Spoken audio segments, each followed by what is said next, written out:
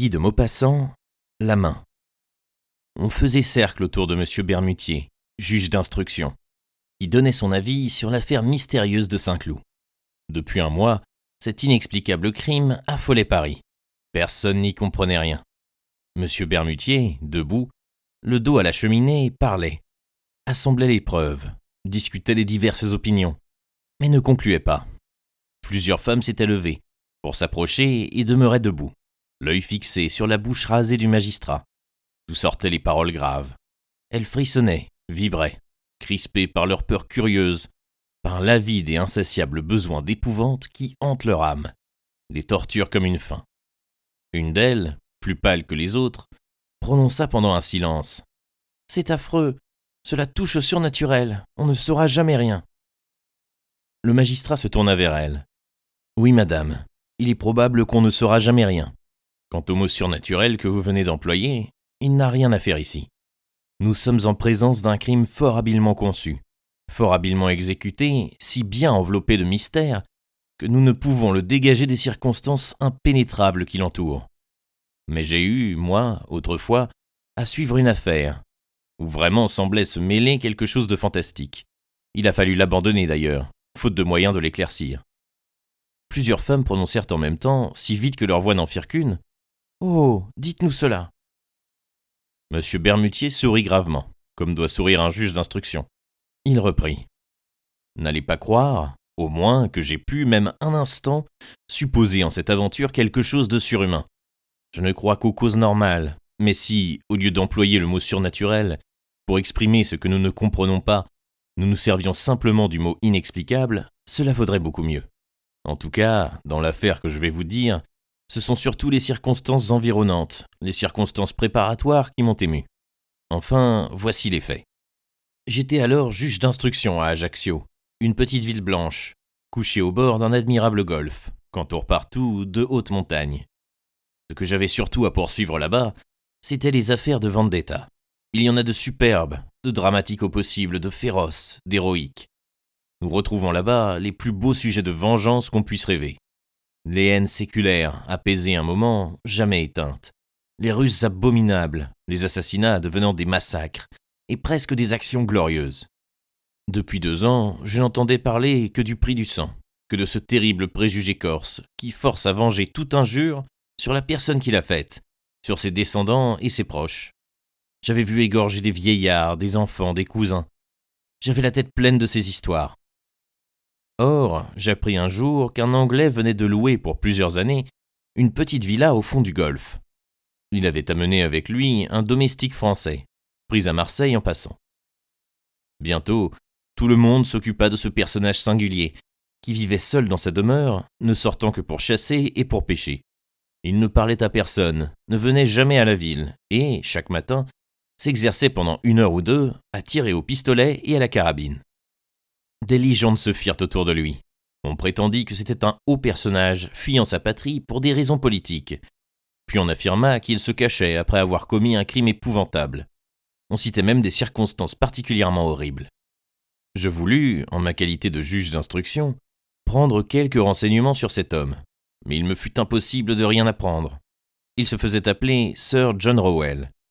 Je me contentais de le surveiller de près, mais on ne me signalait, en réalité, rien de suspect à son égard.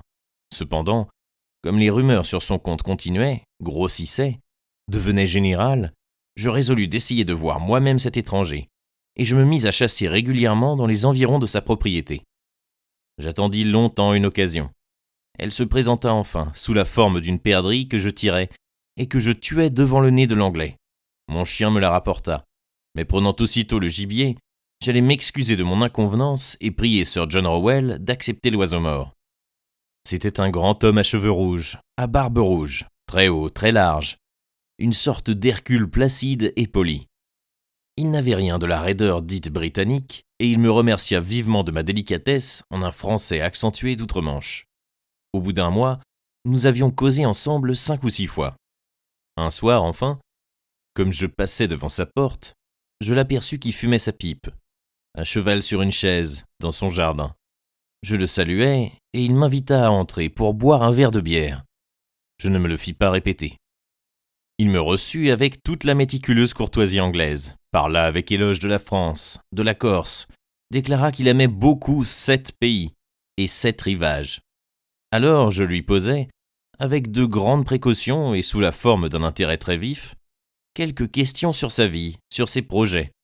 Il répondit sans embarras, me raconta qu'il avait beaucoup voyagé en Afrique, dans les Indes, en Amérique. Il ajouta en riant, « J'avais eu beaucoup d'aventures, oh yes !»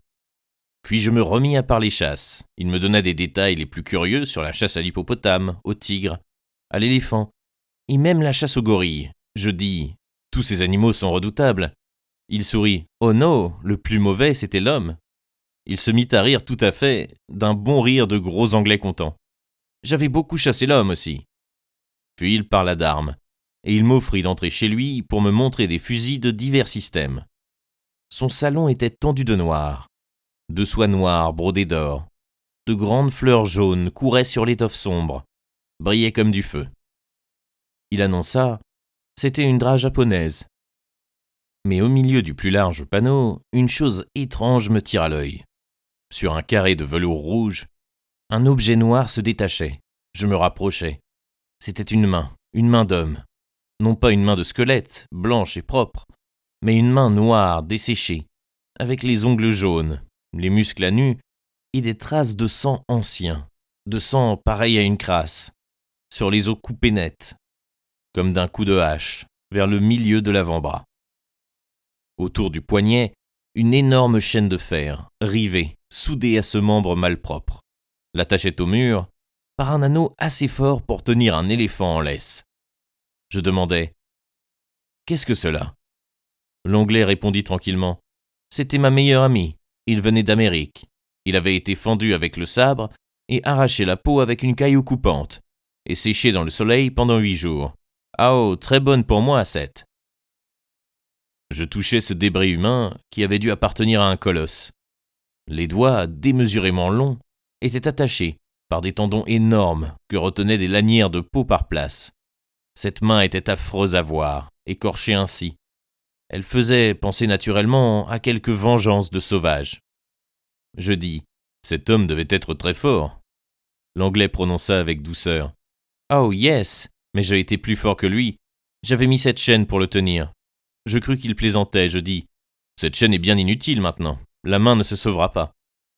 Sir John Rowell reprit gravement. Elle voulait toujours s'en aller. Cette chaîne était nécessaire.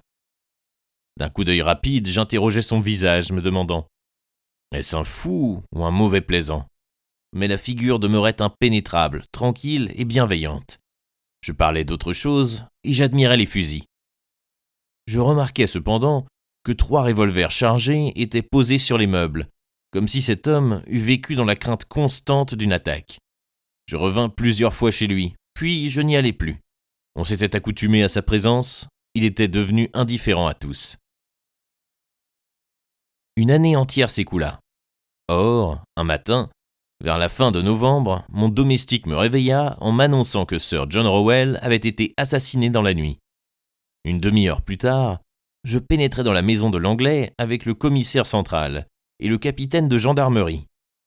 Le valet, éperdu et désespéré, pleurait devant la porte. Je soupçonnais d'abord cet homme, mais il était innocent. On ne put jamais trouver le coupable. En entrant dans le salon de Sir John, j'aperçus du premier coup d'œil le cadavre étendu sur le dos, au milieu de la pièce. Le gilet était déchiré. Une manche arrachée pendait, tout annonçait qu'une lutte terrible avait eu lieu. L'Anglais était mort étranglé. Sa figure noire et gonflée, effrayante, semblait exprimer une épouvante abominable. Il tenait entre ses dents serrées quelque chose, et le cou, percé de 5 trous qu'on aurait dit faits avec des pointes de fer, était couvert de sang. Un médecin nous rejoignit. Il examina longtemps les traces de doigts dans la chair et prononça ces étranges paroles. On dirait qu'il a été étranglé par un squelette. Un frisson me passa dans le dos, et je jetai les yeux au mur, à la place où j'avais vu jadis l'horrible main décorchée. Elle n'y était plus. La chaîne, brisée, pendait. Alors, je me baissai vers le mort, et je trouvai dans sa bouche crispée un des doigts de cette main disparu, coupé, ou plutôt scié par les dents juste à la 2e phalange. Puis, on procéda aux constatations. On ne découvrit rien. Aucune porte n'avait été forcée, aucune fenêtre, aucun meuble. Les 2 chiens de garde ne s'étaient pas réveillés. Voici, en quelques mots, la déposition du domestique. Depuis un mois, mon maître semblait agité. Il avait reçu beaucoup de lettres, brûlées à mesure. Souvent, prenant une cravache, dans une colère qui semblait de la démence, il avait frappé avec fureur cette main séchée, scellée au mur et enlevée, on ne sait comment, à l'heure même du crime. Il se couchait fort tard et s'enfermait avec soin. Il avait toujours des armes à portée du bras. Souvent, la nuit, il parlait haut, comme s'il se fût querellé avec quelqu'un. Cette nuit-là, par hasard, il n'avait fait aucun bruit, et c'est seulement en venant ouvrir les fenêtres que le serviteur avait trouvé Sir John assassiné. Il ne soupçonnait personne.